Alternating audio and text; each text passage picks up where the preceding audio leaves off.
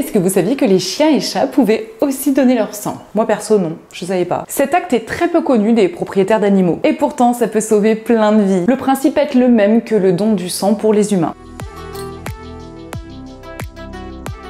Il existe au total 8 groupes sanguins chez le chien, plus un petit 9e qui est propre à la race du dalmatien. Et oui, les dalmatiens ont leur propre groupe sanguin. Allez savoir pourquoi. Alors que chez le chat, il n'en existe que 3. Pour connaître le groupe sanguin de votre animal, il vous suffit de faire un test spécifique chez votre vétérinaire. Il est primordial de s'assurer de la compatibilité entre le donneur et le receveur.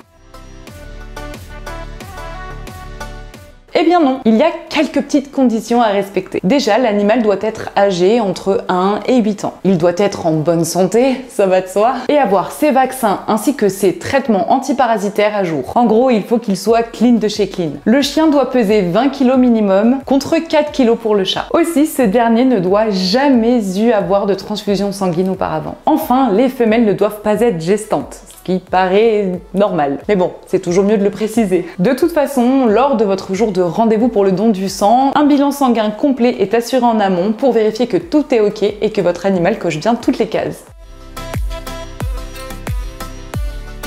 La collecte de sang est possible par la veine jugulaire et l'opération dure environ 30 minutes. L'animal doit être à jeun puisqu'il reçoit un tranquillisant avant le don du sang. Une fois le prélèvement terminé, une surveillance de l'animal est nécessaire jusqu'à son réveil.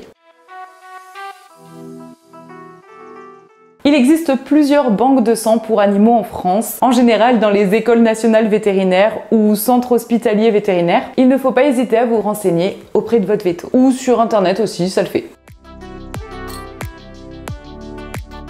Au-delà de la satisfaction personnelle que ça peut apporter d'aider d'autres animaux, à chaque don de sang, votre animal bénéficie d'un bilan de santé complet entièrement gratuit, ce qui vous permet de faire un suivi de l'état de santé global de votre animal de façon régulière et ce, sans débourser aucun frais. Est-ce que vous saviez, vous, qu'un animal pouvait donner son sang? Et n'hésitez pas à m'écrire en commentaire si vous l'avez déjà fait ou si cette vidéo vous a donné envie de sauter le pas. Comme d'habitude, on se retrouve la semaine prochaine pour une nouvelle vidéo à Sur au poil.